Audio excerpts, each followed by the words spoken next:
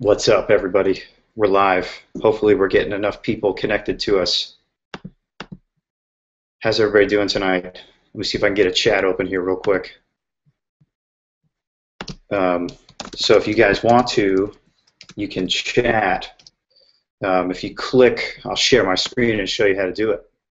If you click on Google Hangouts here, whoa, crazy. Click on this little blue thing right here, never mind the mirror effect. And then you can pull open the chat. See how I'm opening and closing my chat? Whoa, crazy. Endless loop. All right, so let's see. We're going to see how this goes if I'm actually broadcasting onto this space. I think I am. Google Hangouts here. Whoa, crazy. Click on this little blue thing right here, never mind the mirror effect, and then you can pull open. Okay, so it is in fact working. I'm not seeing any viewers right now. So if you refresh your browser, you'll be able to get the new window, and you can see us. We're hanging out live, as you can see, from the amazing studio that I'm in right now. It's my upstairs extra bedroom, rocking, the home of the graphic designer. So what we're going to do today, guys, let me pull open real quick. By the way, welcome. This is Fundamentals of New Media Design, formerly Fundamentals of Graphic Design. Had a lot of titles, but yeah, this is our home. This is New Media Design at Queens. We do some pretty awesome stuff. This is our logo, which we're going to get put on stickers and shirts and all sorts of crazy things, so you'll hopefully get one if you're a major. So we kind of have this thing of going from halftones to pixels, right? Sort of spanning this physical and digital world that we live in, because we're going to print stuff for promo. We're going to also make the website and the commercials and hopefully the mobile application that'll go along with it. So this mark is pretty cool. I designed it, so I'm pretty excited about it. Cool type treatment, fun angular effects going on there. So that's something to look out for in the future. Cool. So I have a small agenda here, which will help cover tonight, and we'll go through Moodle as well, my courses, just to make sure that everybody's up to speed on what it is they need to be doing here. I don't know if I can pull open my Hangout and see. We got any people loving us here real quick? Cool. All right, we got a couple of viewers, so right on. If you're able to get this, that's cool. It is going to record, by the way, so this will be saved and live on our YouTube page, or my YouTube page, but for our website. So anything we miss, we can certainly get a hold of. I'm going to try and do this as often as we can, but not too much, so it's crazy. But I thought it would give us a chance to sort of make tonight our night to get together. 6 p.m. We tune in, and we can sort of talk through some things. I'm going to show you guys stuff. We'll do demos this way, lectures. I can pull open PowerPoint. We can do what we need to do just like we're in a real studio, and then the chat can sort of help us out. I might not always see the comments, so don't get mad if I don't answer you right away, but I'll get to you. And I do have my phone, so I'll be checking emails as well. So if you hit me through email while we're doing this, like I can't get into the chat or anything like that. Yep. So like here, I've got an email from Will, so I'm going to say, William, refresh your browser. Okay, and then hopefully that's enough to get him in. But like I said, it will record. So first of all, welcome. I am Professor Worth, and this is the first unofficial version of this class up online. I'm going to show you myself real quick. And it makes sense for this class to be online because, hey, as a designer, I'm constantly using online resources to learn, further my knowledge, and to keep doing what I'm doing. And it's really a great place for being turned on to new things and just constantly absorbing. I like to disconnect every so often and just get down with a book or paint or do something physical, and like pick up one of these things. I'm a huge fan of graphic novels. This is from our library. This is The Sandman by Neil Gaiman. Incredible art. Came out in the 90s. Dark story, but something I love. And when I want to disconnect, as I said, I go for that. Yes, I am Professor Wirth. I've been at Queen's 5 years. I am a professional graphic designer, illustrator, digital artist, lecturer, all sorts of crazy stuff. I VJ. You guys can head over to, I'll pull this up here real quick so you can see. I'll show you MikeWirthArt.com. This is my home, and you can keep up with what I'm doing there. It doesn't update as often as I'd like to. It's not Facebook, but I got a lot of work here, which is good. That sort of spans my career over the years. So this is it. This is Mike Wirth Art. This is what I'm doing when I'm not in class. So this summer I'll be working a lot on projects. Primarily what I'm doing right now, as you can see, I've done work with IBM. This was in the Wall Street Journal, Charlotte Observer, University of Texas, the National Parks Association, all sorts of crazy things, National Parks Magazine. Really some great projects over the years. You can check it all out. All my information design, that's what I specialize in, information graphics, doing charts and maps and all sorts of stuff, basically taking data, visualizing it, making it exciting. But then you'll also catch me doing stuff like this. This is a project from here in Charlotte at the Levine Museum of the New South, the Cotton Fields to Skyscrapers permanent collection. I've got some work in there. You can see these two pieces. It's called Remix History, and then also this one is Picture Yourself in History. These are giant multi-touch screens, so imagine if we mounted huge iPads on the wall and you could manipulate them. So what's in here is the entire photo archive of the museum. So this is a way that they can not have to print everything. We can put it and people can do what they wish. And then this thing is really cool because it's a green screen photo booth. It's really cool. So I have a description here that explains it all. Here's a close-up of Picture Yourself in History, where you stand in front of the green wall and you kind of do your thing. Pretty cool project. So there's stuff like that that I do that's not graphic design, but still has components of graphic design built into it. I coded all that stuff. I thought about the hardware. It's something I went to school for. And to really be a digital designer and a new media designer, as the new term is sort of been donned on the profession, it really means to be somebody who's engaged with technology and design at the same time. And you sort of keep up with what's going on. And don't be afraid of what the future holds. Don't be afraid of what challenges. Like if you've never coded before and you're like, oh man, I will never code.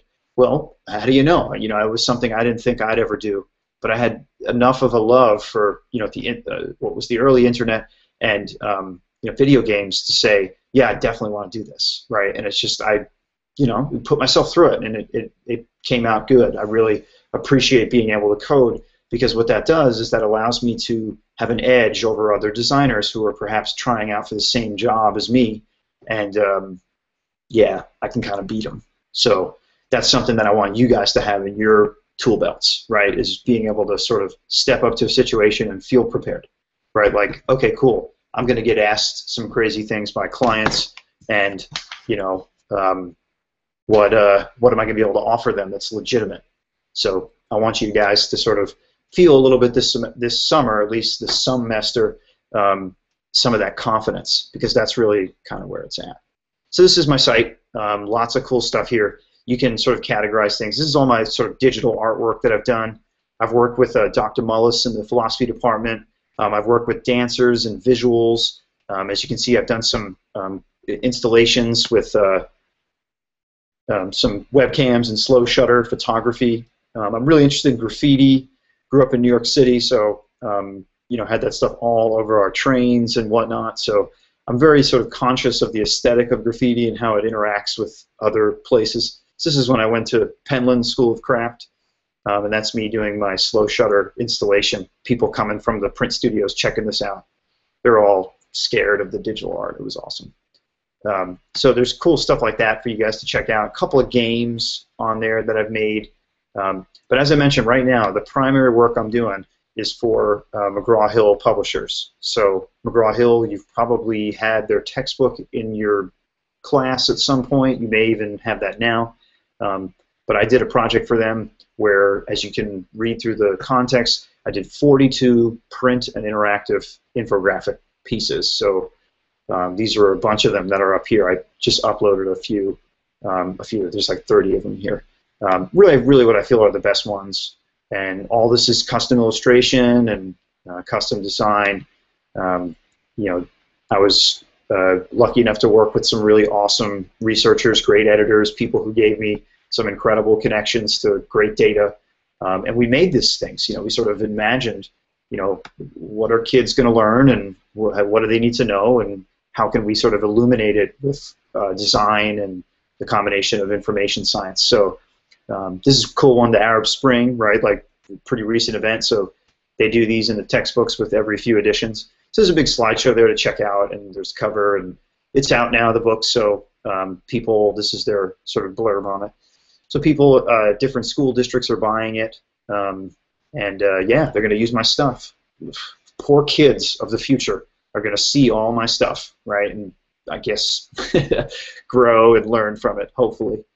So that's the work I'm working on right now. This was a book I recently finished. This is World Geography, the Human and Physical World, and now I'm working on 3 books that have a less of an impactful amount of graphics to do, but economics for high school, juniors and seniors, Texas history, which is for 8th graders, 7th and 8th graders in Texas only, and then United States government. So I'm doing stuff like how a bill becomes a law, and you know, how Congress works and how we amend the Constitution, those sorts of things. But one of my claims to fame for information graphics is in that same genre. But this is a piece that I did with Dr. Cooper Grosco, Chair of History at Queens. Back in 2010, we won Design for America's competition, where we had to visualize how a bill becomes a law. And here is the graphic. And it's been in a bunch of books and a bunch of cool websites, Washington Post, Comedy Central, right? Pretty awesome stuff. Senator Tom Udall of New Mexico, we have arrived. So this was a big deal, and it's been reprinted, and it's on the United States government. Yeah. You know what? You know what really it matters? Wikipedia. How a bill becomes a law.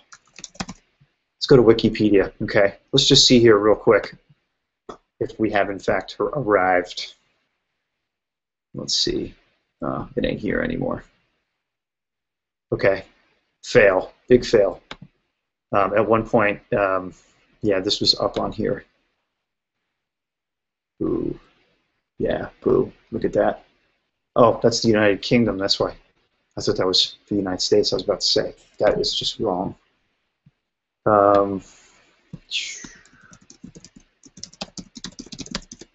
promise you, this thing used to be on. Oh, boom, there it is. Okay, so this is really the claim to fame, ladies and gentlemen. If you get on Wikipedia, not of your own putting, yeah, it's good times. So how our laws are made. Boom, boom, boom. Are we cited in here? Better be. Yeah, here we go. Bam, first reference. Look at that. Wonderful, wonderful, wonderful. So anyway, good stuff. This is the stuff I'm really good at, is creating graphics like this. You know, this is outside the dean's office in McEwen Hall, so you can go and see it in full color and read it all. It's huge. There's a lot to read. So, but we essentially took this very big document and condensed it down. Cool. Another thing here really fast is, and this is going to get us going for our first unit, is because of information design, I am huge into symbols. So I really, really love symbols. So this was a project that I did with the digital illustration class. So if you guys are in the major, you'll get a chance to take that. And by taking this class, R210, you sort of unlock all those other courses, because I'm going to give you everything you need that you'll need to get going in those classes. So this is an event we did last summer called Iconic Charlotte. And what I did was I got a bunch of graphic designers in a room, and we came up with all of the sort of icons of landscapes and things that are like abundantly and overwhelmingly unique to Charlotte. And then we put together this symbol set. So, you know, there's things in here, if you're a native Charlottean, you sort of know what's up, and if you've even driven through the city, you sort of recognize some of these icons and emblems. So these things are available. You can download them, and yeah, it's pretty awesome. So we did this project because of this really cool thing that's actually, if you click through my courses, you'll see it'll pop up. But this website, this is the Noun Project. And the Noun Project is an amazing website that is attempting to catalog all of the world's icons, right? So, yeah, so if you just sort of like scroll through real quick, you can see, gosh, there's like so many in here, and like there's stuff coming out all the time. Like somebody came out with a tumbleweed. All right, right, like we need a tumbleweed. But look at that. Here's a Sega Dreamcast controller. Any gamers out there? I'm a gamer. Like that is verbatim, like in living color, beautiful video game controller. As soon as it comes up, of course. But there's stuff like that, and what's really cool is this is a place to come for inspiration and to see like, hey, I have a really cool idea for an icon, and then you go and put it up, and you find out that, well, 10 other people have done it also. So you know, you come here and you sort of see, well, you know, during the search, what's not coming up. So that's going to be something that, you know, I'm mentioning to you guys now because I want you to think about it. This will be one of our first project. We'll do some exercises where we practice with this up until like its actual project time in about 2 weeks. But you know, if you had to, well, you're going to have to. You're going to come up with 5 icons, right? Like 5 unique icons that are not in the library. Or if they are in the library and they just stink, then like, what are you going to do about them? You know, to really sort of make, you know, great looking icons. So you can click through here and you'll see there's like tons of stuff, and a lot of it's really useful, right? These are icons that could, you know, be used in signage and wayfinding, or in infographics, or you know, on T-shirts for fashion needs.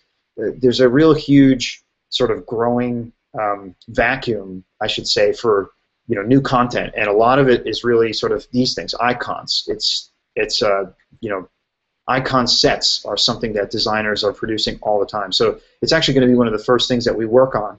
And the reason is that, number one, it's black and white, so it's really simple in terms of color.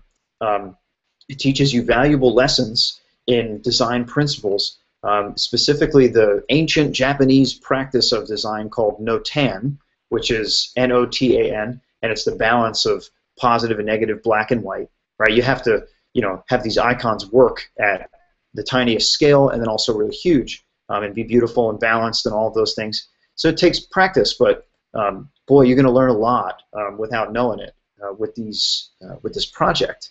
So anyway, this is a really great website. I encourage you to check it out. It's thenounproject.com. And if you're feeling like, you know, you just want to explore my symbol set, you can just add /Mike Wirth, and you can see I have my profile here. I love Noun Project. I've been doing it for a crazy long time, and it's hard. It's really hard because you can submit icons, and they'll get rejected. Right? That's the thing, is that like this is a peer-reviewed website, so you can put icons up there, and then all of a sudden, you know, dang, like I can't because you know, I've been rejected. So that's going to be a very interesting part of this, is that you'll submit your icons, but then there's a chance they'll be rejected, right? And you'll get at least a sense of sort of, hey, where do I stand in the design world, or at least the icon world, which is a very sort of low, you know, you don't have to have a ton of skills to do this, but you know, you can be really good at it, and you can also be really bad at it. But it's a simplified rendering, so to speak, right? So the images we'll make will be black and white, and they'll be very simple. But like I said, they're going to teach you a lot.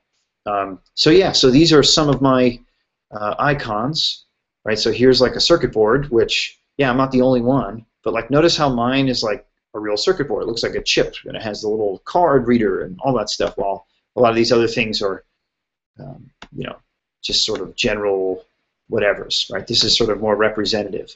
And it comes from like seeing a real circuit board. So yeah, so I like to like look around the room and think of like, well, what can I make an icon of? Right, here's me doing an X-ray.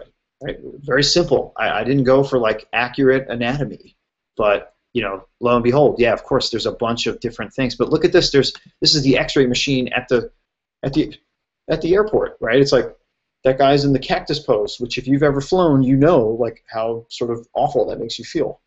So here's some guy, Luis Prado, and he's from Olympia, Washington, and he designed this not too long ago.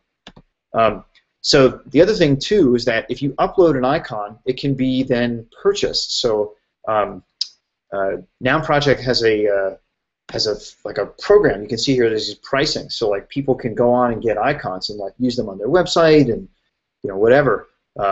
So people can come, and I think you get $1 per download of an icon. So that'll be something that you guys can do once you've uploaded. So at the end of the project, which will be in several weeks, you guys will have produced 5 icons that you're happy with, and I've looked at with you, and we've worked on and revised and iterated on, and then you'll upload them to Noun Project. You'll set up an account, and then you'll upload your stuff. And I've done this with students in the past, and we've had a lot of successes. Not everybody's successful, but it's really cool when you get your stuff up there and you just feel like $1 million. So, and then $2 comes in the mail through PayPal. So you feel like $2. But it's pretty cool. It's just a really, it's a good thing to participate in, and really it sort of serves a larger purpose. A lot of graphic designers have this sort of philosophy that having a universal language of pictures is sort of like an amazing thing, and we have to strive towards doing it and keeping it up, and that maybe it'll sort of unite the world in some strange way. Yeah. So anyway, these are here, and I love this one. This is my Bigfoot. This is the Sasquatch. I took the bathroom sign guy and I made him into a Sasquatch.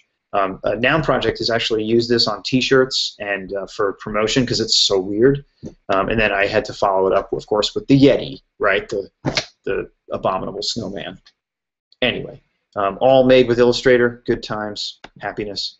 So this is this is my stuff. And then the one last thing, and I promise I'll stop talking here, is the work that I do with Professor Bowers, the Doodles class. Some of you guys may have taken the Doodles class. And or core, and you may have seen these things. So Professor Bowers and I are doing some interesting work. We're getting a lot of nice attention for it, and we're trying to get everybody to sort of use doodling for education. So it's an extension of doing visuals, right? So if I'm making icons for an infographic, well, I'm thinking the same way when I'm doodling. So I really try to bring a lot of what I do in graphic design into teaching, right? And it's like kind of works really well. So, right, some more pictures here. Right, changing from blackboard to whiteboard. If you were here at Queens a few years back, we had blackboards. It's pretty cool. And then this is my Mike Worth Art thing, and then you can see our thing is streaming live now. Yay! Awesome, right? The Mike Worth Art Show, killer. But here, guys, is like where. So this is MWA Mike Worth Art Infographics. At YouTube. The link is on my courses, which I'll head over to in a minute. But anytime I teach a demo, I realize my speed is my speed. So, like for example, I'm going to take you guys through something simple tonight, and what's cool is then you can take this video and rewind it, and try it again and over and over. So you'll have the luxury of that, which will be cool. But here are some other things that like are more related to infographics, and a couple things that'll be in our class. So, for example.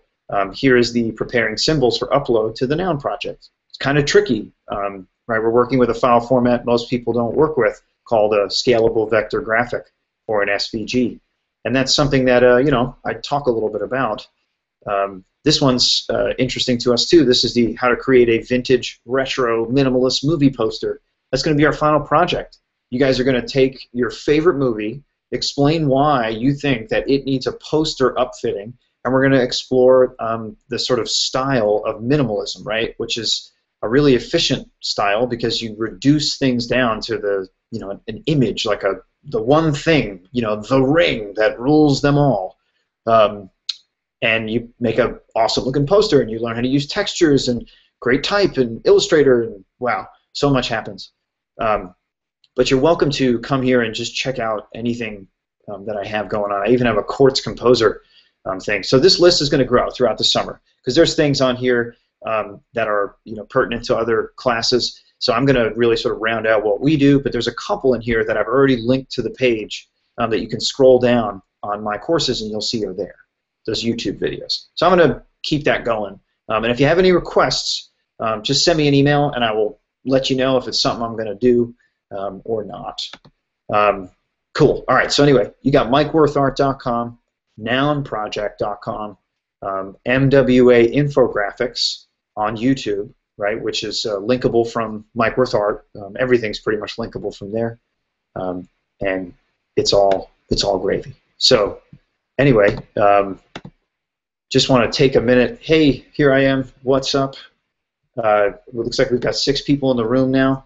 If you guys, if you click on your screen, on your Google Hangout thing, there's a little chat if you are able to do it, unless you're watching through YouTube. So we'll experiment. I thought doing the YouTube broadcasting tonight was a good idea, just to sort of, you know, show you my face, show off a little bit about what we can do. I think it'll be a really efficient way to do demos and really sort of get the business of the class done. Like I said, got the phone. So if you send me an email, I'll check it really fast if you have any questions or anything comes up, just in case things like chat don't work for us. Yeah, pretty quiet. So if you need to get at me, my email address is worthm. Okay, so let's see. Hector just sent me an email. I'm using my phone. I have Google Hangout. All right. Is the chat only available through my courses? Sorry, Hector. Not sure yet. We'll work out the bugs soon. Email any questions. Okay, so let me flash this up on the screen for you guys real quick to see.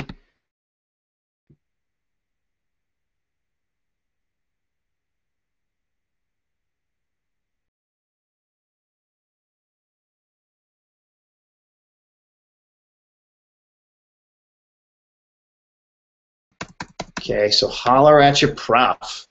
And yeah, if you guys have questions, right, just let me know. So, gabba, gabba, gabba. Let's talk about the class. Let's look at my courses and see sort of what we got going on, because this is going to be an interesting class for sure. And I want to make sure that everybody's comfortable with using the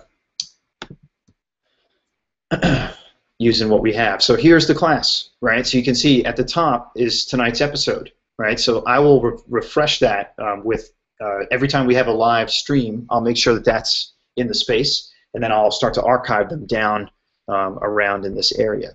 So welcome, okay?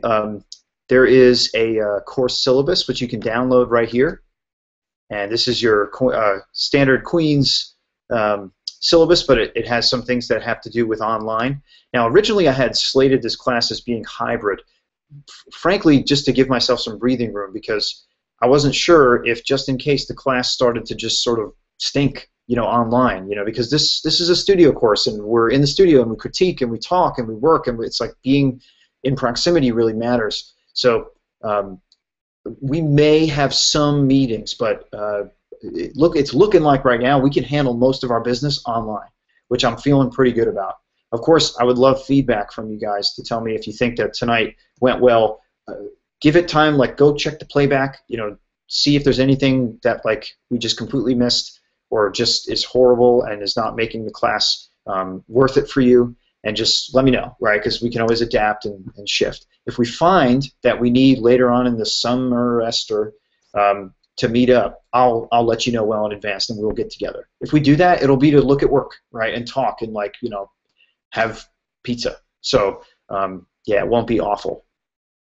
All right, so syllabus-wise, there's no required text. We are using the amazing textbook known as the internet for all of our stuff. I will give you links. I will give you tutorials, videos on YouTube. There's so much out there. In addition to stuff that we can't find, I will make it, okay? We will substantiate your growth for sure.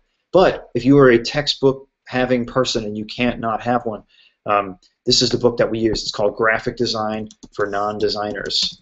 I'll show you the cover. And it's a good book because it's like really simple, and it's sort of written in a very breezy kind of language, which is really great. This is it. And I don't ask students to get books that like I wouldn't buy and keep for a long time. So like coding books, for example, or Photoshop books that are for Creative Cloud, those go out of date in 6 months. So it's like, I'm not going to make you do that. But this book, this is like the knowledge of design, right? Which is the secret to design. I will tell you right now, okay? Don't tell anybody. The secret of design is figuring out how to make type and images look good in a predefined space.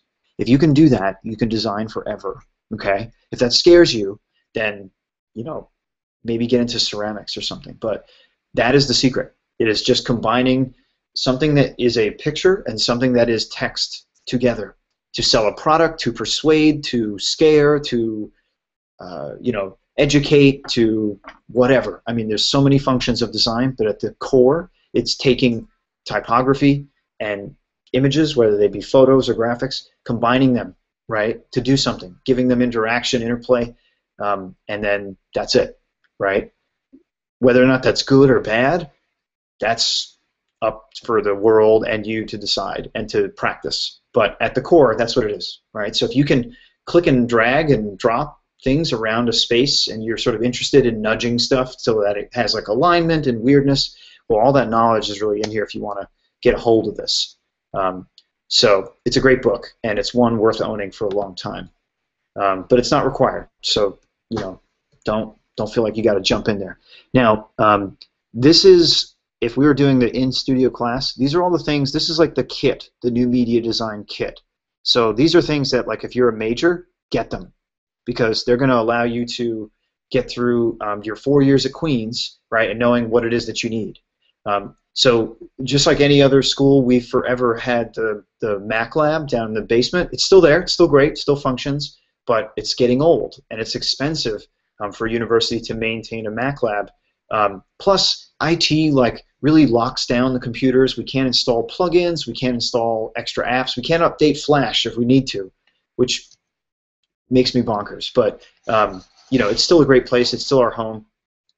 But gosh, I have a laptop. Ever since I got a laptop, like, man, the freedom. I can work in an airport. I can work on a plane. I can work in a car. I can work in a coffee shop. I can get Wi-Fi. I can do anything. I can take this to conferences. I'm just so mobile. So, like, literally, I went from having like a room with a computer where everything was sort of like a shrine and messy and disgusting, and then to being able to just move anywhere and, you know, sip coffee out of a cup and enjoy myself. So get a laptop, whether it be PC or Mac. Just do it, right? It's like either way, you have a mobile studio for under $1,000. You have a income generating item, right? Product that is essential to your job.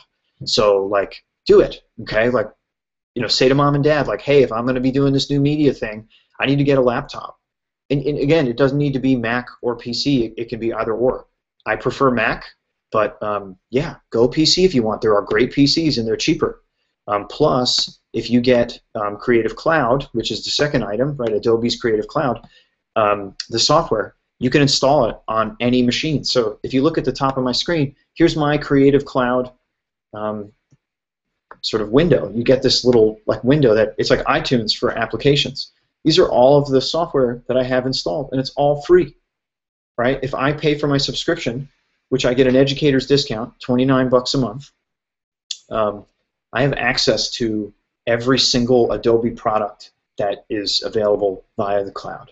Every single one, including fonts, and I get a Behance, which is like a big portfolio website for designers, really cool. I have cloud storage for files, and then all my apps. Look at this, After Effects, Dreamweaver. So back in the day, if I wanted to buy all this stuff, this is about $5,000 worth of software. Okay, and then they were coming out with the new version the next year, right? So, you know, if I'm a young designer, I need to be in vogue. I need to be up to date with everything, like just loving life and being the best. And gosh, you know, that much money each year, I better be earning that, right? If I'm going to be paying for all this equipment. So Adobe got really smart, yeah, they just started doing this cloud thing. So you sort of like rent the software.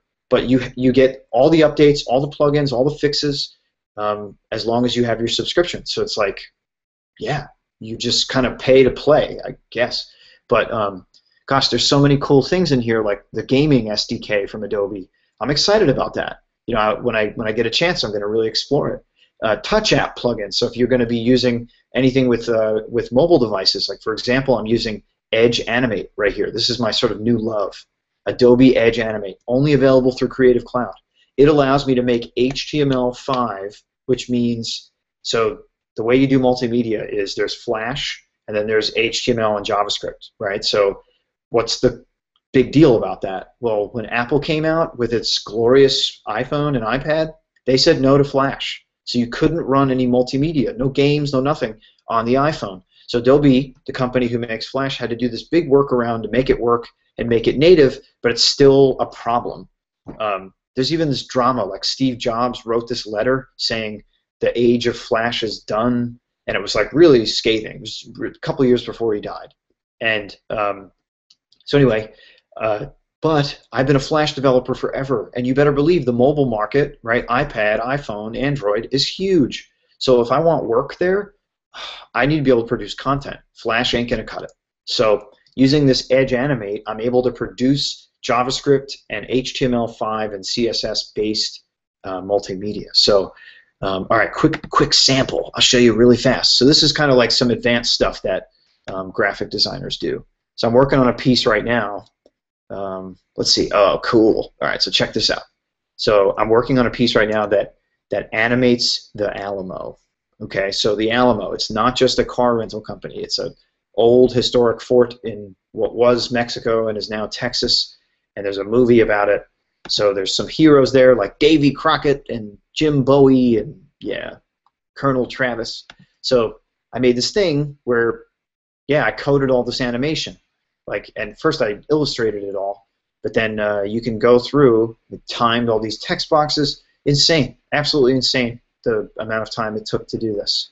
But you know, these are examples of interactive infographics, right? This is stuff that I'm hired for, which is amazing and fun.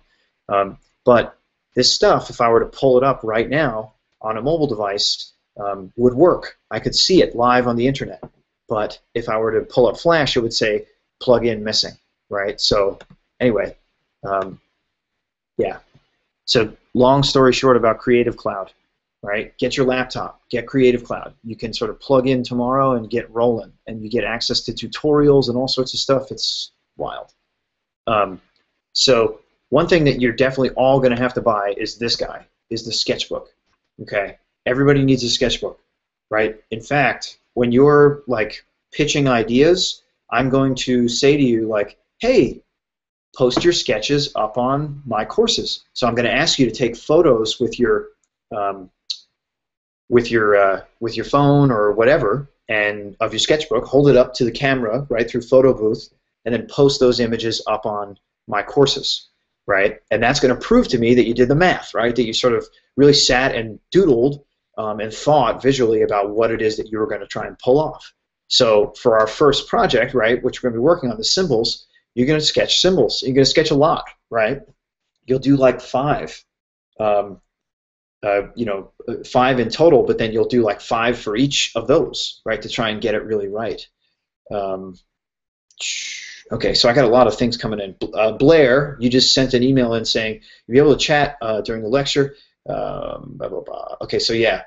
So let's see. If you're watching the stream via the YouTube link, are we able to activate the chat video feature? We're probably all experiencing it, but just want to see if I'm off base at the moment. That's a great question. I think we're going to have to work that out. I'm not totally sure yet what it is. The other thing that we're going to be doing is perhaps using Google Hangouts. So I asked you guys all about getting a Gmail account. I hope you all did. We can try that next week. In fact, I'll give you guys my Gmail name, and we can try and get something going, like a big group chat. And then that way everybody can talk, and it's kind of cool. We can do something big like that. But this will be good for now, at least for lectures. Okay, William Fowler asks, which apps do you wish to download from Adobe? So William and everybody, the first few apps that you should go definitely get is Illustrator, right? So Adobe Illustrator is going to be our primary graphical tool, right? It is my sketchbook, my type tool, my fine art illustration tool, and I use it for so much. And then the other one is Photoshop. Right, go ahead and get Photoshop. because we're going to be doing a project that involves creating textures. So you guys are going to be creating your own textures with paintbrushes. It's going to be pretty cool. And then you'll bring those graphics back into Illustrator, and you'll sort of really get a sense of the workflow between the applications and then final output. So that'll be pretty rad as far as what it is that we're going to be looking at software-wise. Now, if we had the whole semester, what I've been doing in the past is having the students learn some basic After Effects. So if we find that we're just cooking and like the class is really good and everybody's keeping up, we may jump into that. But I'm going to just experiment and be on the safe side and try and just do Illustrator and Photoshop 2D work through the net first and see how it goes. And then, sorry, back to the supply list. And the rest of these things are things that you'll need: X-Acto knife, steel ruler, tracing pad, spray glue, black mat board, a jump drive, cutting mat, those sorts of things for print production projects.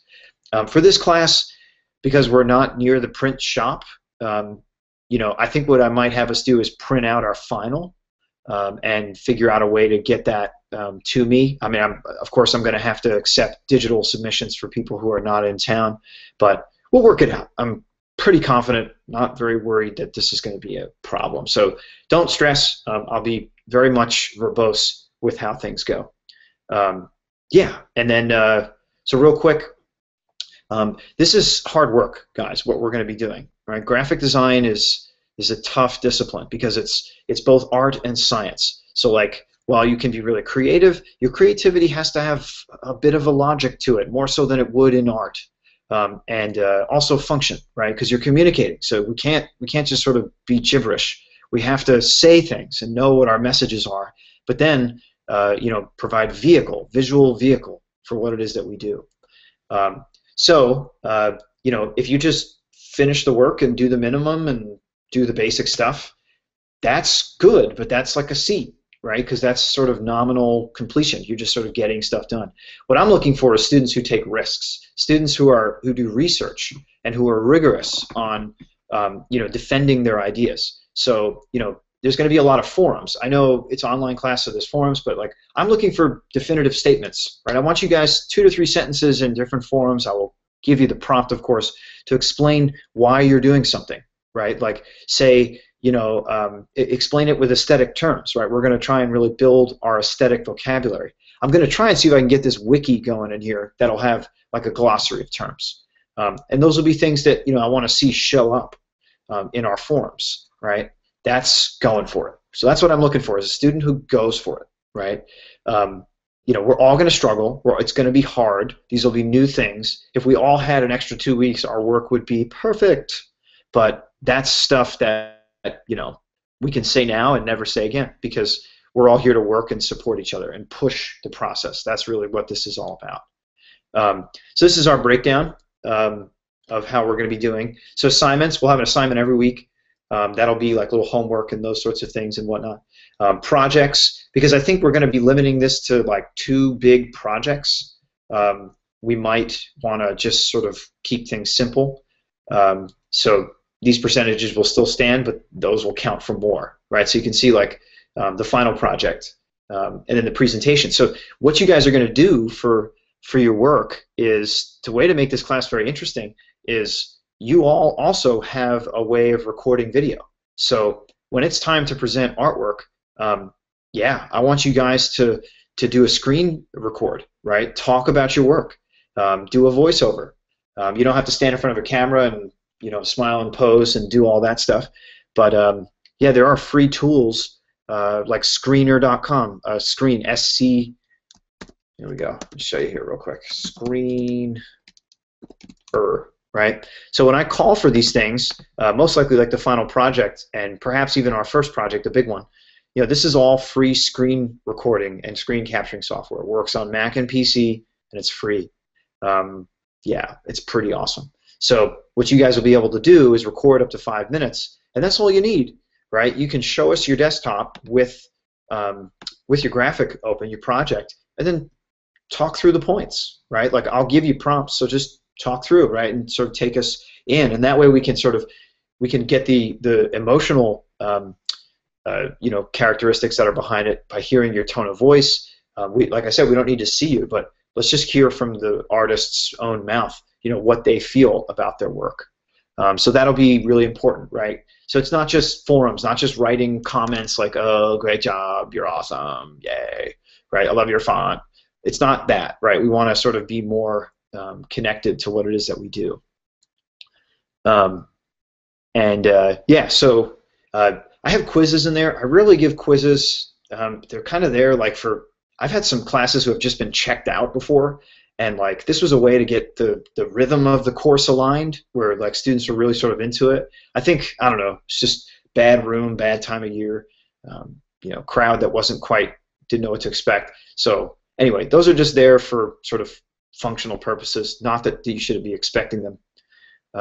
Yeah, and then this is one other important thing, is this time outside of class, right? So if you're in a studio course, like it's not just that you come to this and cool, we sit through the lecture and it's great and fun and that's all, and we participate a little bit. You can expect to do 6 to 12 hours of work each week, right? Depending on your efficiency and workflow and those sorts of things. It may be more, but that's important work, right? That time is really where you become a designer, because it's in that space where you start to develop your options, your tools, the things that you're going to sort of go to when somebody puts you on the spot for an idea. That's the thing, is the more you practice design, the better you get at sort of that rattling off that great idea, right? And sort of knowing like what's going to sink and what's going to swim. That's really what sort of is the training is all about. So all the hours you're going to be spending doing that is you deciding like what is garbage and what is not. And yeah, and then coming back to the collective and reflecting on that and seeing if you have similar ideas to other folks, that sort of thing. So time outside of class is critical. Just want to make sure that everybody's cool with that. So things with turning in work, right? Like it's online, so it's very passive. So we should be able to, I understand that there are circumstances. The key thing, so you don't get dinged hard with lateness, is like, let me know, is send me an email and just say, hey, I'm really going to be like out of town, or I'm really sick, or I really can't do this. Like, of course, if you have a mitigating circumstance, right? Like, hey, I'm going on vacation with my family, not a mitigating circumstance, but still communicate with me. We can work something out where you can get that project in early, right? Or, we can speak and perhaps, we can negotiate that letter grade, right? If it's something that's legitimate. But let's talk, right? Mitigating circumstances are really the critical thing. Of course, this is I'm just going to check that you check in each week, right? We'll have a forum of some sort for you to like post work or talk or whatever. So just understand that, that's how I'm going to be keeping attendance, and it's an online class, right? It's weird. I apologize. I actually have old information here, but this is about the Disability Center. The Disability Center is still open this summer. If you are on campus, you can contact them, and they can help you. Luckily, this class is all like sort of text-based, so you have videos to watch. It's your own computer, it's your own stuff. It's wonderful. It's really tailored to you. So, but like I said, there is a connection here. I'll get you the most accurate info. I apologize about that. I doubt we'll have to worry about university closings. If I ever need to cancel class, I will let you know, but of course, because things are passive, I'll post an assignment. We might just not have a lecture, right? Or do something interactive in that way. Okay, cool. Great things. 10 principles of success, right? The first 10 things you're going to learn about working with me and being a designer, right? These things are just like absolutely critical to getting an A, right? Being a great designer, working with others well. That's the skills that we're trying to work here. So real simple, right? Show up, pay attention, ask questions, even the stupid ones. Get help before you really need it, right? And I put please in parentheses because I get a lot of late night emails. People are panicking. So that's not a sign of weakness, is what I mean to say. Don't feel like if you need to ask me like that, you just don't got it. Like, in fact, that's great. I'm a coach in that sense. Check in. Let me know how you just ran a mile, right? Instead of just like trying to beat the world record each time. Help others. This is a chance to share what you have and then get that in return. You'd be surprised how like the whole class all has the skills collectively as a great designer, and if everybody just shared it all, we'd all walk out awesome, right? If we just sort of knew to do that. It takes practice, so just make sure that that's something you're willing to do. I can't is not much different than I don't want to. So when someone says I can't do something, it kind of means I don't want to, right? There's that factor, that emotional factor. You don't have to, love every project to be awesome at it. So like the Symbols project might be a little bit like, under your excitement level, but I bet some of you guys could really kick some real serious ass on a project like this. And there may be others. The minimalist movie poster might not be awesome. You might, prefer music over movies, and that's not your thing. But just, don't be afraid to just take a challenge and sort of, crush it. And then the last few, right? Curiosity always beats intelligence. I'm looking for people who are hungry as opposed to people who just know, right? If you already know, then awesome. Go forth and be a designer, right? This is for people who want to sort of fill in the blanks and really craft knowledge. And then the problem isn't the problem. How you handle the problem, that's the problem, right? So good sort of comment on time management, workflow, those sorts of things. And then lastly, like quitting is for smokers. It's yeah, don't give up. It's like this is cool stuff, because like even if you don't become a graphic designer or that's not on your radar, these are skills that you can use anywhere, right? Like, gosh, it's like you can be any job, and if you just say, hey, I have some Photoshop skills, like you're immediately awesome. So for those folks who are sort of doing this as cultural arts or are outside the major or creative world, so to speak, then this is really a good chance just to sort of skill up. So don't be afraid of it like that. All right. Wow, I'm a talker, and I really apologize. So this is the syllabus. Okay, definitely check it out. Right, here's our thing. Here's a link to Creative Cloud with the student discount. So I got that up there already. I know, William, you asked about that. And then here, we're doing Illustrator and Photoshop. So, excuse me. So we have one assignment straight away that's due next week. So, wow, Courtney, you're awesome. Way to go. You absolutely, guys, need to show me your skill level as an artist right now. So Courtney has already put up this print, which it looks like she did in Jane's class. So Courtney, go on with your bad self. Congratulations. This is beautiful print. So this is awesome, right? Because it doesn't need to be graphic design, but just something that shows me like how you are thinking visually and sort of how you approach things stylistically. So this is great. This gives me like an insight as to perhaps how you'll think visually. So when it comes time for you to come up with graphical solutions, I can sort of go to a place that you and I have already shared, right? Like I've shown you my work, so this is great. You guys know what I'm thinking, where I'm coming from, how I would approach it, what I would maybe say. So this is what I'm looking for. So everybody, please do this. Follow in the wonderful footsteps of Miss Courtney, and post a cell phone photo, please, of some of your work. Right? I really would just love to see what you feel is like your strongest stuff. And I put a big list of things that are acceptable. So it can be digital photography. I know a lot of folks are like picture takers. So yeah, go out and take a awesome photo or something that you already have and just show it off. Right? That gives us a sense of your interests. And then, yeah, I'm going to post, I've got basically all my lecture notes. So if you miss a lecture, you can watch the video. And then I'll also screen project the notes, right? So I have a quick thing here, which I'll go through pretty fast. I just want you guys to just see, because this is sort of my 101 PowerPoint. And they're big, I apologize, but they're like full of beautiful images. So just love it. It's great. All right.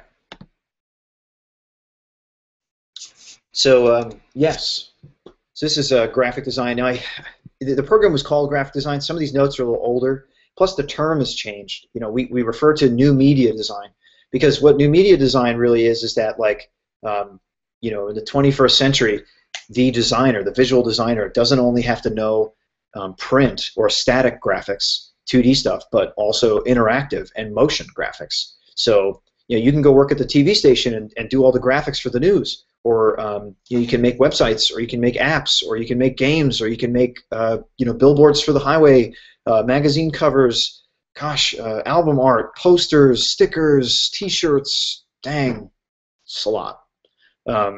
Yeah, and just, you don't have to, sort of run to every store and try and get your inventory into the space. You can all sell it online.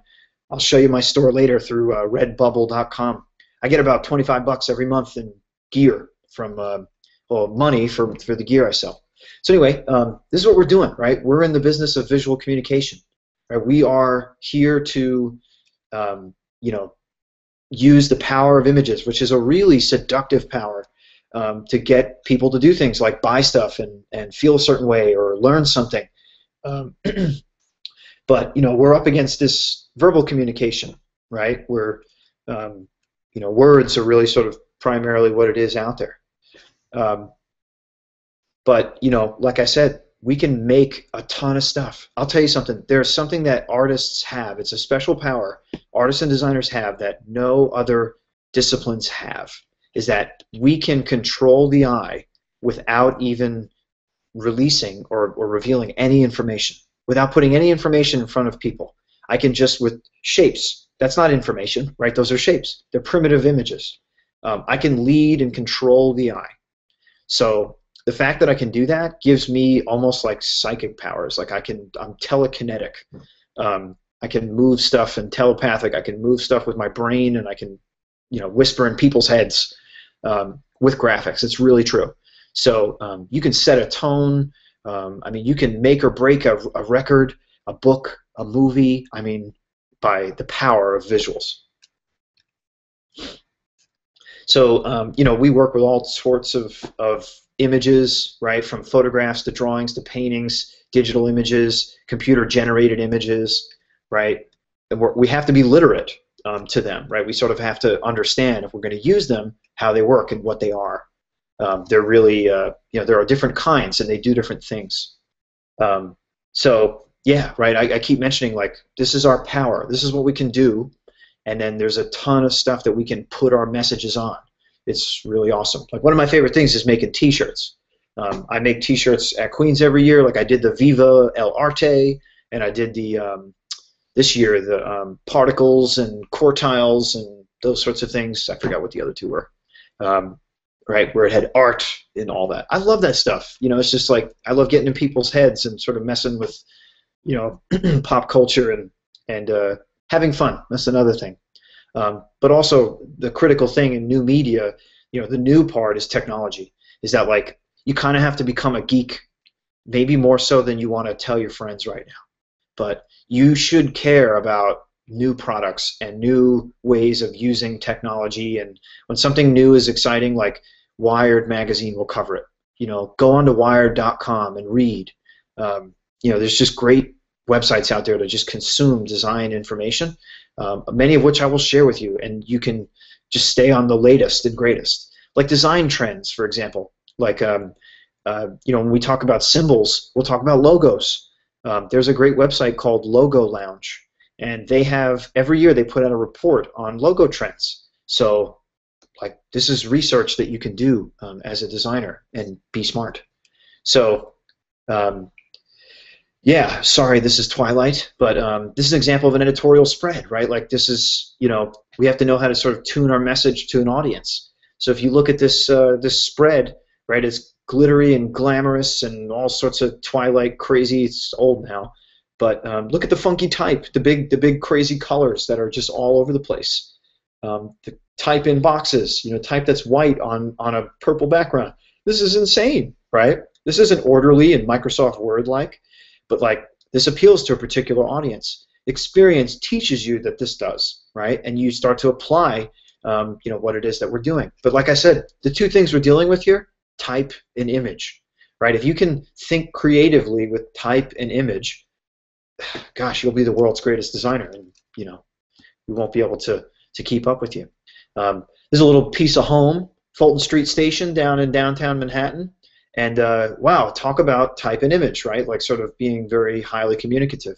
This is an example of information design, right? New York City subway has these, colors, circles, and letters all set in Helvetica. to get you around town, right? So it's like an example of type-based design.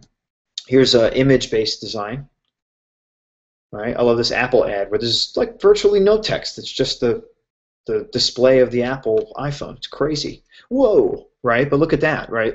People have an inherent psychological and emotional response, and their minds, the brain does amazing things. I mean, if you showed people, if we ran you under a CAT scan and had you look at this photo, parts of your brain would light up.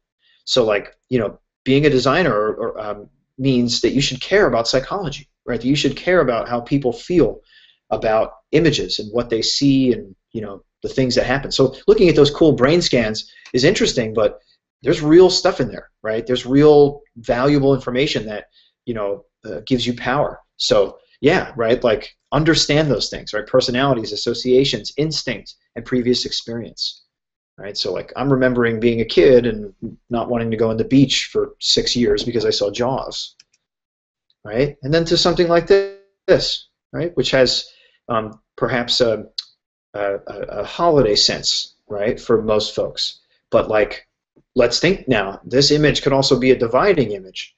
Like, you know, if you don't celebrate Christmas, for example, this might not have any sort of connection to you at all. It might be something that you thought of on TV. It doesn't mean family to you. It might mean, you know, the Wonder Years or a television show you used to like. Okay, so quick thing about images, right? Which pepper is hotter? Right? Just take a quick second and just think. All right, which one do you think it is? I know I'm known to be a trickster, so go with your instinct on this one.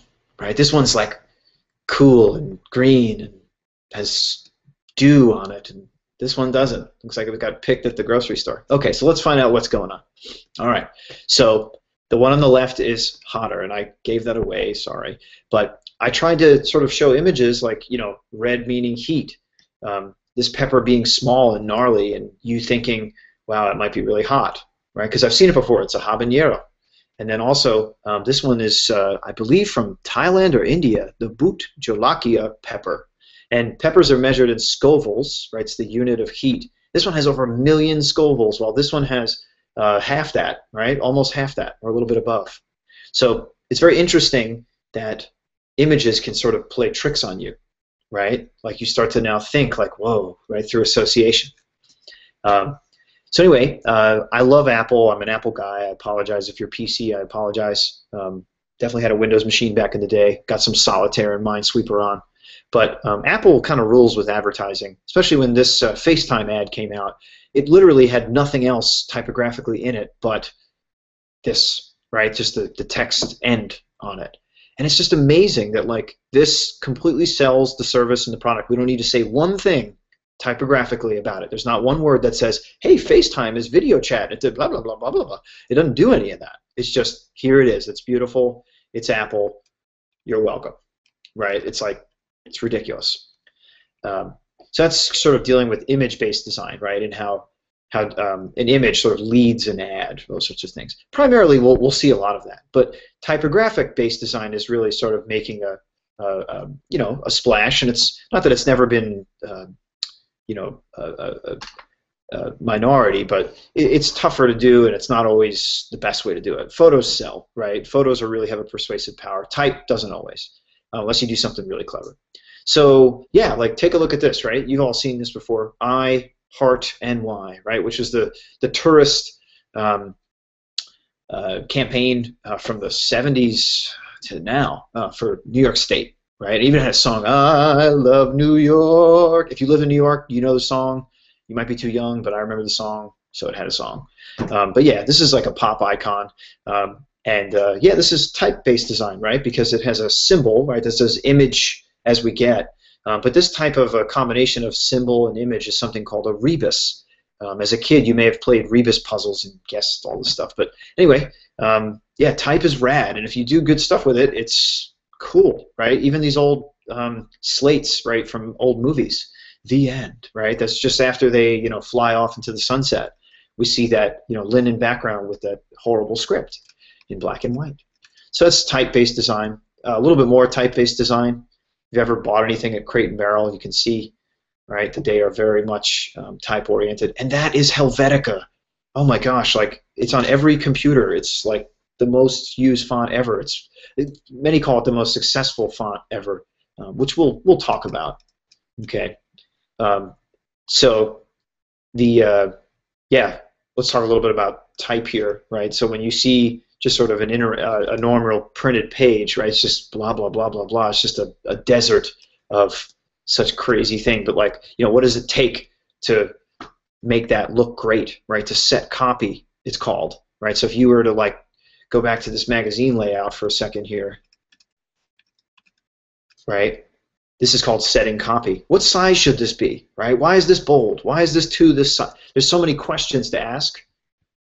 And here's a little checklist of questions, right? It's like to consider, right? Would you change the typeface or the type size, right? Looking at this page that we have here, right? All of this stuff here, which is like, I don't even want to read that. It makes me hate reading and hate life all at the same time. So there's like all these things that you can do. And like these questions will start to come up in your mind after you've completed, some projects and you've sort of got some basic training and skills under your belt. You're going to really feel like, yeah, cool, yeah, well, it becomes very go-to, right? Like getting up in the morning, brush your teeth, put on clothing that matches, hopefully, eat a breakfast. Stuff becomes routine. You just know you got to do it, as opposed to wandering into the street going, I'm hungry and unclothed. Yeah, sorry, roll with that for a minute. But these are all things that you should consider, when dealing with copy, right, with text, because you're going to be thrown that stuff, and as a designer, you're going to need to sort of really sort of, handle it well. So yeah, I'll teach you some traditions and some funkiness and those sorts of things. I just love this ad. It's so effective, right? It's like, it's from the United Kingdom, because it says if you use your mobile whilst crossing the road, your kids will copy you, right? And it's like, look at that, like I have a 5-year-old, she writes like that, not even as good. And it's like, oh, gosh. So this is an example of a PSA, right, a public service announcement. And yeah, these are common design projects. Like if you were looking for projects to do on your own, how about dealing with texting and driving? What kind of ad would you make that would scare people enough or get them to wake up about texting and driving? What I love about this is that like the message is really hard, but like it's really playful and kind of makes you think about being a kid, and then you're like, oh my God. So that one's sneaky, which is really good. And then this is Adobe InDesign. This is like how they set copy for the newspaper. So this is like this isn't our newspaper here. This is just something that's also called the Chronicle. But you can see how they are combining type and image, right? And then they do things like define spaces for articles. So like this box here holds this article. This column holds these little briefs. These little ones hold articles down here. This horizontal rule holds the masthead and then also the information about the newspaper. So there's this whole other thing that we have to consider, in terms of composition. There's things like grids and whatnot that we can use that will help us. Okay, so what am I going to do with my life if I decide to become a designer?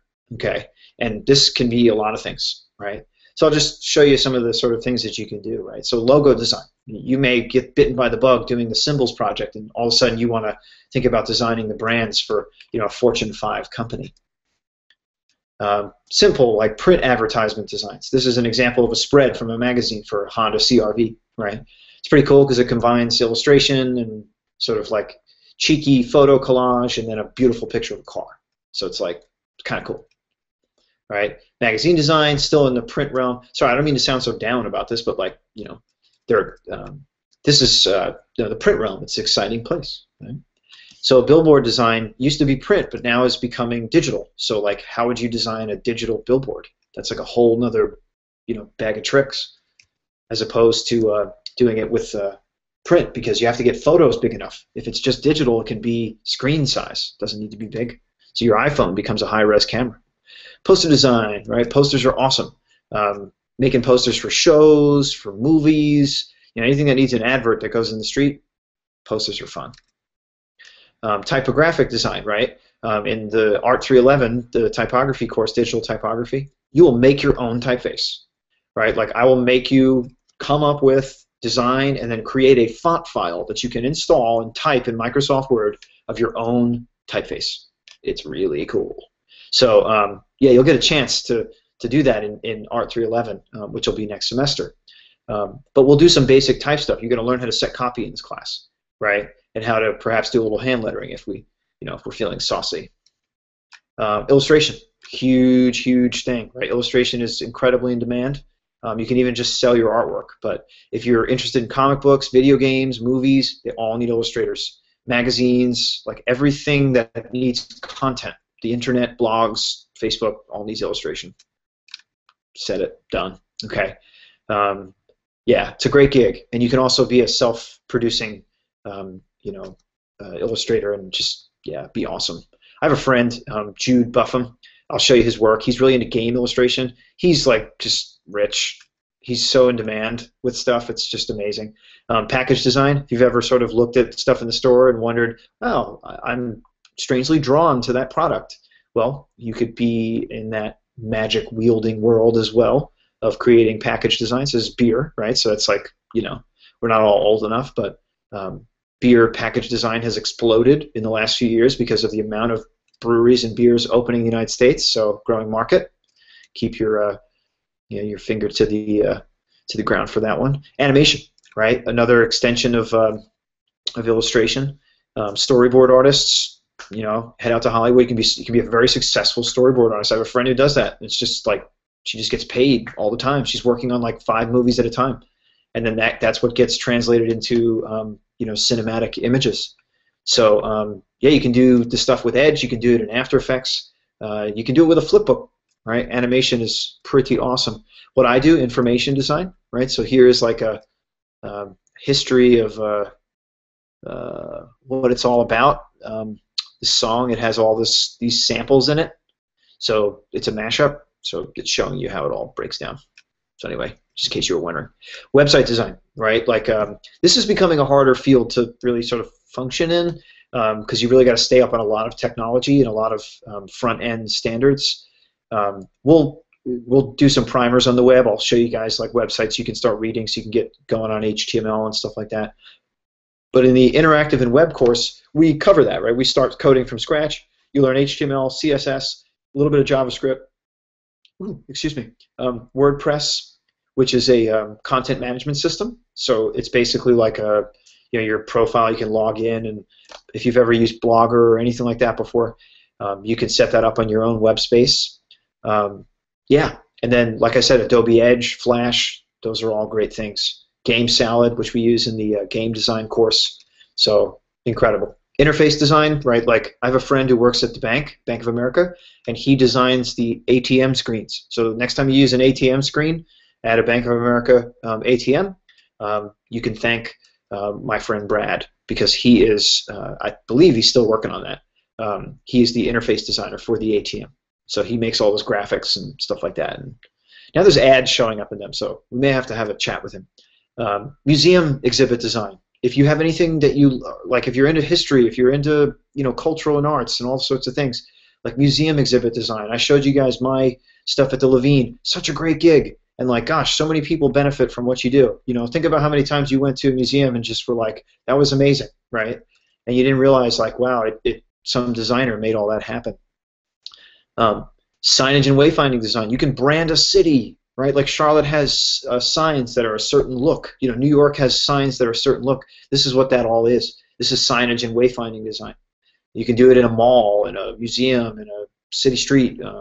Any place where people need to know where the bathroom is and where, how to get to the food court. I mean, it's all there, and it all needs designers, right? So like Charlotte could do stuff like that. In-store displays. I've had students who are into fashion who come in and do these funky, cool window displays, right? And these are all printed objects put on surfaces and just hung from the ceiling. Yeah.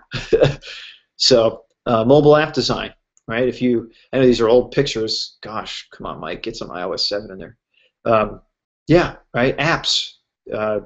You can prototype the aesthetics of them.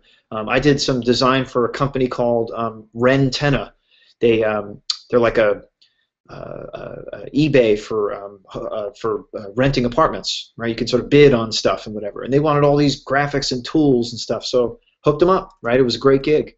Game design, right? I love this picture because it shows sketch to 3D realization, right? So it's like these are amazing things that you can do. Like these are like the big gigs, right? Motion graphics. If you've ever wanted to, if you've ever watched TV, especially sports, oh my gosh, sports are leading the way on amazing visual motion graphics, all done with Adobe After Effects. It's just insane. I mean, especially with Speed Channel, NASCAR. One of our alums, Caroline Fogel, first worked at the Bobcats as a graphic designer, now works at NASCAR as a graphic designer, and does this stuff for them. She is an amazing hero. You guys will have to meet her one day when she comes back around. Another thing that I work on, this is event or concert stage design or VJing, right? If you've ever been to a show and you see like the crazy visuals going on, again, a cool job that like if you make your own animations or loops with video or illustrations, you can be a hero, right? You can make this stuff happen.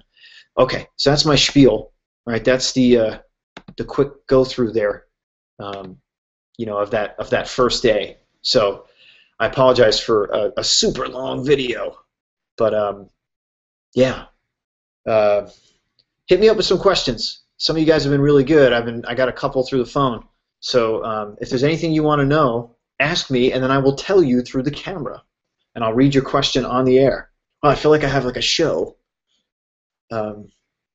So yeah, if you guys want to go ahead and do that, like I said, looking back on my courses, we've got, you know, the lecture notes from tonight are there if you want to look through them at your own pace. This video will be available once we end the live broadcast. It'll be available to watch. And then please, your homework assignment is to go onto my courses and to upload a photo of what you feel is your best artwork to date. Okay, like something that really is you. All right. And I know, like, some of you might struggle. I've had students be like, oh, all my best artwork is at home with my parents and that sort of thing. Well, get on the phone and say, Mom and Dad, could you please take a photo of, you know, my, you know, charcoal drawing of a ninja? Because I know you all have those. So anyway, yeah, that's this is kind of the rundown of what I wanted to cover. A lot to talk about. I'm gonna, when we do lectures, I'll sort of go through this really fast. Yeah, I was hoping to, but I realize I'm talking a whole lot. Let me just quickly pull open Illustrator. So what we'll also do, just so you guys get a sense of things, is I'll pull open a window like this, and we'll talk about graphics and those sorts of things. So like, here's the new media logo, right? Which is a PNG right now. It's saved for the web, so it's, you know, it is what it is. But this is Illustrator. It's a fantastic program.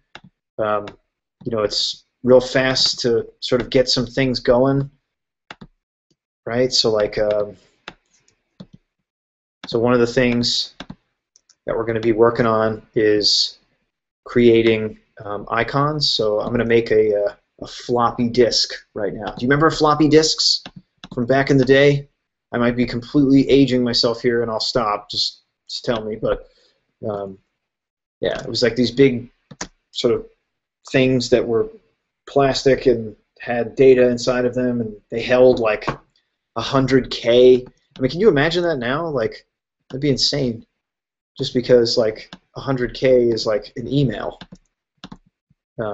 Yeah, so as you can see, I'm just using shapes to sort of get these things going, but like I know very well which shapes work the best inside of Illustrator. So yeah, so there's a ton of great stuff in here. Right, so you can see I just quickly made that symbol. Right, so this is the kind of work that we're going to be doing. You know, getting stuff going. But then when the time comes, you know, we can start to get really funky and do some things with color.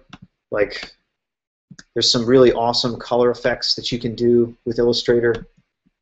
Like, there are these blending modes. I'm moving really fast, and I apologize. But and you can go full screen on this, so if you can see the stuff a little bit better. But I'm playing right now with blending modes, which is like a really awesome thing in Illustrator, which really lets you sort of pull off some really primo artwork. Which can, you know, do some great things. Plus, there's these there's brush tools. There are these things, these symbols, which you can bring on like textures, that sort of thing. So here, I'll show you a graphic that I'm working on. So this is some of the T-shirt stuff that I do. All right, so this is some hand lettering that I did. Let's see. So my father-in-law has a charity called Pints for Prostates, and he's a prostate cancer survivor. So I did this graphic. I used a little bit of font, but then I hand did most of the stuff. Survivors drink more beer. All right, so if I go on to Pints for Prostates, if I go to their website, there'll most likely be some photos there. Nice. This is an event that's coming up pretty soon. Let's see if we can check out the Instagram. I hope they have more photos. Let's see. That'll be lame. Okay, let's see if there are people wearing the Survivor shirt. No Survivors on here. There's other ones that I've designed. So there's one that these folks are wearing right here. I designed that one. It's the Pioneer plaque for those geeks out there who know what I'm talking about. And then, yeah, I did this one as well, the Denver Rare Beer Tasting. So all that stuff I made in Illustrator, and then I can output the graphics and get them ready. So this is the Survivors Drink More Beer. So let me see if I have a proof of this one so you can see. So when I get ready to to send this off to the printer, let's see, Survivor shirt. Where are we? Let's try this guy real quick. So this is the Oktoberfest for a Cure T-shirt that I designed.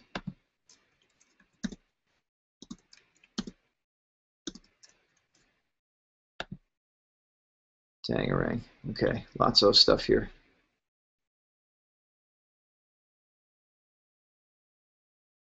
All right, I am not well organized here. I may have to find this for you guys to look at another time. That's another thing I did there at Denver Rare Beer Tasting.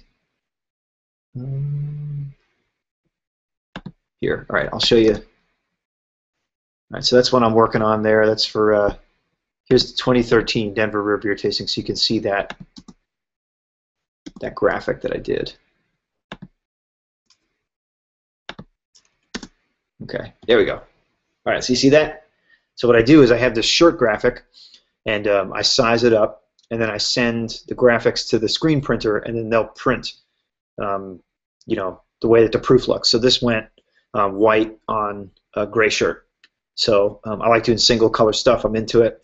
But this is, yeah, this is an example of like what I would send and what I would create, right? So, gosh, if you have an inclination to make something like this, then you can absolutely put this thing up online, and you can sell it.